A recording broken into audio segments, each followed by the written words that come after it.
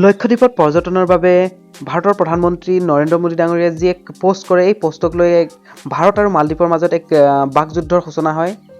Online যোগে বিভিন্ন social মিডিয়াত এই বাকযুদ্ধৰ সূচনা হয় আৰু এই ক্ষেত্ৰত ভাৰত আৰু নৰেন্দ্ৰ মোদী ডাঙৰীয়াক মালদ্বীপৰ লোকসকলে যি অপমানসূচক কিছুমান পোষ্ট দিছে, সেই পোষ্টক লৈ এই বিতৰ্কটো আৰু বৃদ্ধি পাবলৈ ধৰে। এই ক্ষেত্ৰত ভাৰতৰ যিসকল পৰ্যটক মালদ্বীপলৈ বুকিং কৰি ৰাখিছিল, যিসকলে তেখেতসকল এক যাত্ৰাৰ বাবে তেখেতসকলে বুকিং নাছিলে, তেখেতসকলৰ সেই বুকিংসমূহ বাতিল কৰিছে আৰু স্থগিত ৰাখিছে এই ক্ষেত্ৰত।